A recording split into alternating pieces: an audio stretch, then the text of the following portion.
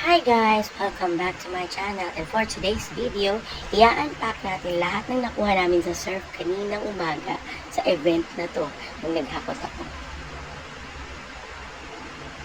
Una natin i-unpack yung lahat ng mga nahakot ko kanina na nilagay ko sa bag na to. Bilangin na natin.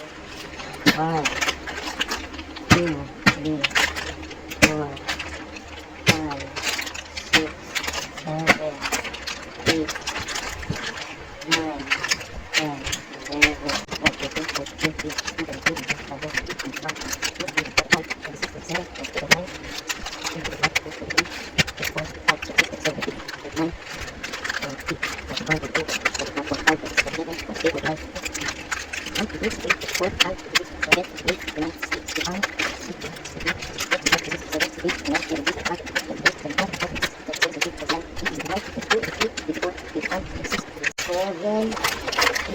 14, 15, 90. Yan, ganyan siya kadami sa isang hakot lang. At may mga boot din na may mga papremyo kagaya ng hanger na nakuha ko sa game na to. Isang surf dahil sa boot na ito. At isa pang surf dahil nagpa-picture ako.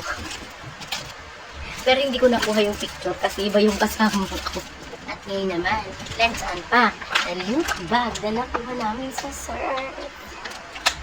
First item, yung reason kung bakit ang bigat ng loot bag ay dahil dito sa Surf Ultra Power Liquid Detergent na Cherry Blossom ang scent.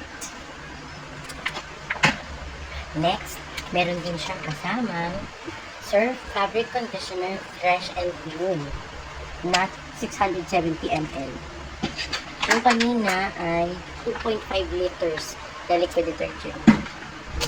Next is, meron din siyang kasamang Surf Active Cherry Blossom na scent, which is ilang grams ba?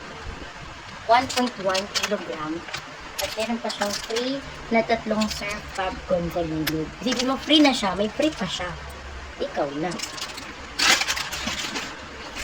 And next is, meron din siyang Surf Active Cream Antibacterial na 1.1 kilograms din. Tapos, hindi lang pala isa. So, dalawa siya na Cherry Blossom scent na 1.1 kilograms na may kasama pang 3 surf na popcorn sa gilid.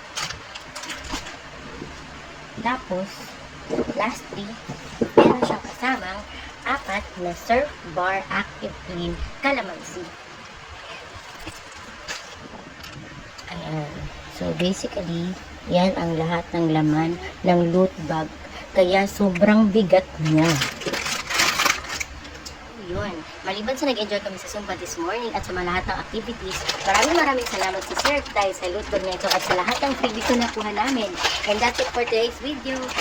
Para updated kayo sa video ko, mag-like, share, and subscribe na kayo sa channel ko. Thank you so much for watching. Hanggang sa muli. Bye-bye!